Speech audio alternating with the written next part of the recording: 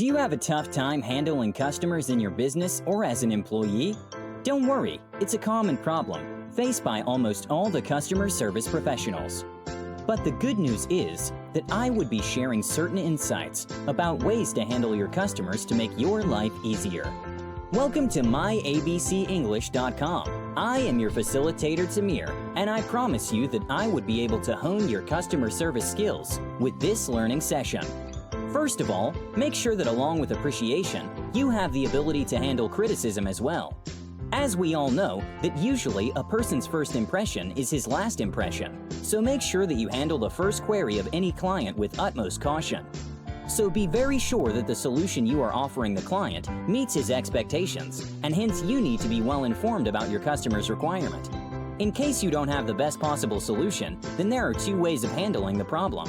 One of them is escalating the problem to an executive who can offer a better solution in case of paucity of time, or asking for some time from the client and offering him the best solution on the basis of your research.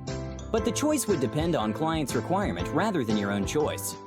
If you are not listening to him, or in other words, if he is not heard, he will never be satisfied with his or her interaction with you.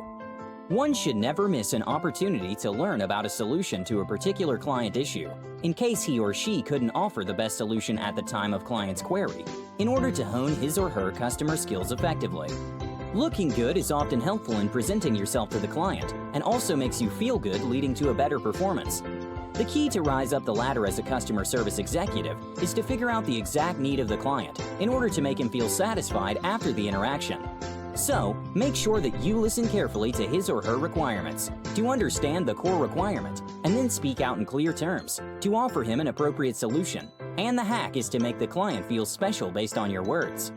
Once you introduce yourself to the customer, you need to start listening to client's requirements. The trick is to let the client talk as much as he or she wants, as that would satisfy him or her and help you understand their requirement, and also give you some time to understand the client and his or her interests.